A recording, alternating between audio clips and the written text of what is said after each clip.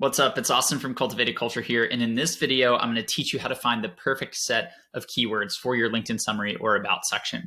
And that is going to help you get more profile views and get more opportunities, whether you're looking for interviews, whether you're looking for inbound lead generation, or whether you're just looking to expand your network. So first and foremost, what the heck are keywords and why are they important? So what most people don't realize is that LinkedIn is a search engine, just like Google or Amazon or YouTube. People come to LinkedIn and they search for other people, right? So it could be a recruiter who's looking for a candidate to fill a role. It could be a job seeker who's looking for a recruiter or just looking to network with other people who are in their industry. Could be a salesperson looking for prospects, right? There's so many different reasons why we might be running different searches on the platform here. So what happens? Well, when somebody runs a search, a list of people come up, right? We get a page of results. There's a bunch of different people's profiles. There's typically tens, if not hundreds of pages of those people. How does LinkedIn decide who shows up first on that list and who shows up 10th or 100th or at the very bottom, right? Well, that's where LinkedIn's algorithm comes into play. So essentially what LinkedIn does is it scans everybody's profile and it has a little bit of information on all those people. And that allows LinkedIn to match profiles with relevant search queries. So if somebody is searching for a software engineer in the Los Angeles area who went to a specific school and maybe worked at a specific company, LinkedIn can use all the information on a profile to serve up people who it believes are the best match for that search. Now, that's a bit of an oversimplified example. There are many different searches being run. There are many different filters being added, especially in the job search where recruiters and employers are using the LinkedIn Recruiter tool where the search filters are much more robust. There's a lot of information here. So what LinkedIn is trying to do is serve up the most relevant results first because those are the most likely to get clicked on, and that's going to keep the users happy, right? If I search for something, I don't want to have to dig through 3, 4, 5 pages of results to find the person that I'm looking for. So when we understand that there is an algorithm that's scanning profiles and looking for information, that enables us to play into that algorithm. So really what we need to do here is put ourselves in the shoes of the person who would be searching for us. So specifically in this video, we're going to focus on job seekers who are looking to optimize their profiles for more recruiters, more employers, finding them, reaching out for interviews. So what we're going to do is we are going to look for skills that those people are using to search for candidates like us. Now, the thing about LinkedIn is that unlike a resume, which you can tailor for every specific role, your LinkedIn profile is sort of a catch-all, right? You only have one profile, anybody can access it. So we don't have that deep level of personalization or customization. What that means is we need to tailor our profile to match a broad scope of roles and companies and make sure that a recruiter from any of those who's coming to our profile sees the relevance, right? So what we're going to do is we are going to find the common set of keywords that appears across a broad range, a large sample size of the jobs that we're targeting. So here's how we do it. First and foremost, what I want you to do is open up LinkedIn and just go to the jobs tab. Now, this is LinkedIn's jobs board where they post all of the new jobs. All these companies are sharing new open roles, right? So we can search for the roles that we're targeting here. We'll get to that in a second. But the next thing I want you to do is open up a new document. It could be a Word document, it could be a Google Doc, it could be something else. Basically, you want an area where you can house this information so that you don't have to do this all in one shot. You can do it over a period of time. You can save your progress and come back later. So here, as you can see, I have a Google Doc open. It's titled Job Descriptions for LinkedIn Summary Keywords. And as I continue down, we have a bunch of job descriptions already in here.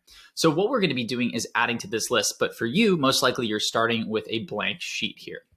So next, what we're going to do is run a search for the target role that we're looking for. Now, I want you to include several different searches and several different titles here. So let's say that we are targeting something in the software development space, right? Well, there are different titles associated with that. There is software engineer, there is web developer, there's full stack developer, right? There are all these different titles. So I want you to make sure that you run searches for all of these different titles that might fall into your target roles. To give another example, if you're looking for a sales role, maybe you type in sales, maybe you type in account executive, maybe you type in business development, maybe you type in sales development representative. Again, creating a spectrum of different roles that all meet your target criteria, right? So that's what I want you to do first. So in this case, what we're going to do is run a search for software engineer. And now we can see we have a bunch of software engineer roles that are coming out of pretty much anywhere in the United States. We have 164,000 results, right? So what we want to do now is go through each one of these job descriptions, and we want to look for a job description that meets our criteria. So it's super important to know what types of roles you're targeting, because what we don't want to do is just include the first 20 job descriptions or job descriptions at random, because that is going to lead to keywords, and that's going to lead to skills that are not necessarily relevant to the roles that we're really excited about.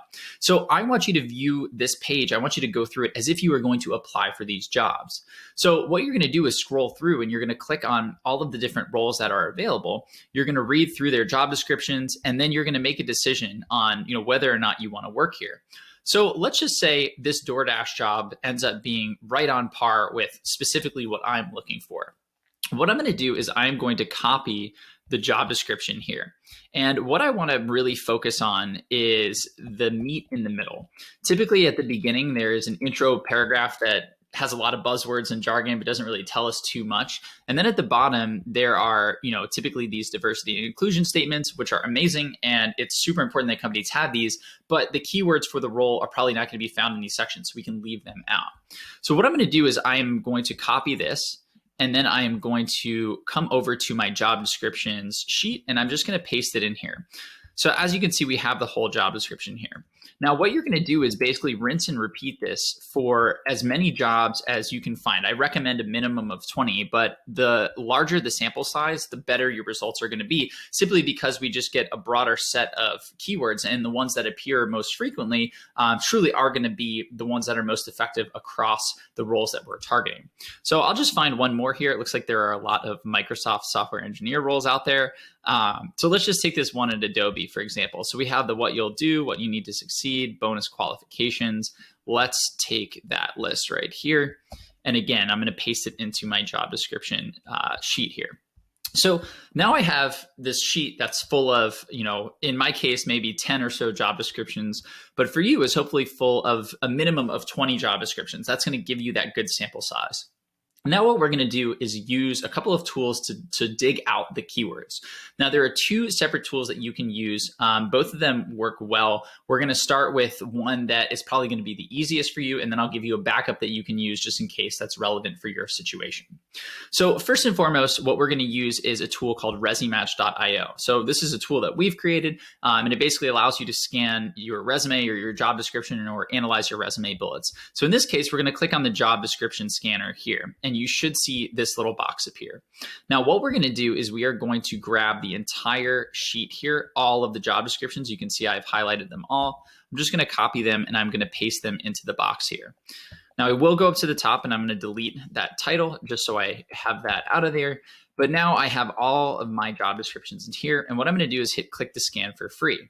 So what ResuMatch is going to do is basically look through all of the job descriptions, and it is going to serve up some results for you here.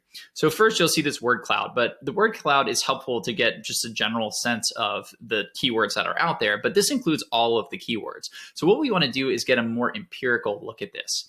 So if you actually scroll down, you can see this all skills match section. And this is where we have all of the skills, both hard skills and soft skills, that are appearing in order of frequency across all of these job descriptions, right? So I had about 10 job descriptions, and design is showing up 12 times on all of those job descriptions. Engineering is showing up 12 times on all of those job descriptions. Now, again, the more the merrier here. As you can see, if we have, let's say, 50 job descriptions that you use, the frequencies are going to be a lot higher, and that is really going to help you separate the wheat from the chaff. So again, just making a plug for volume here if you're up for it.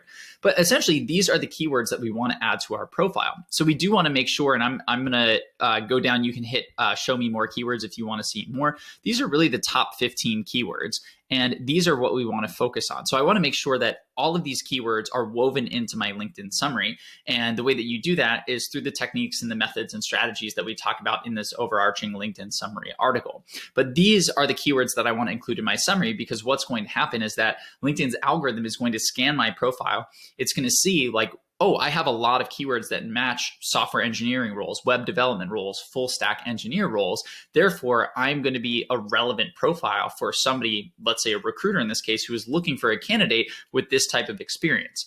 So that's what we're looking to do here. That's why the keywords are important.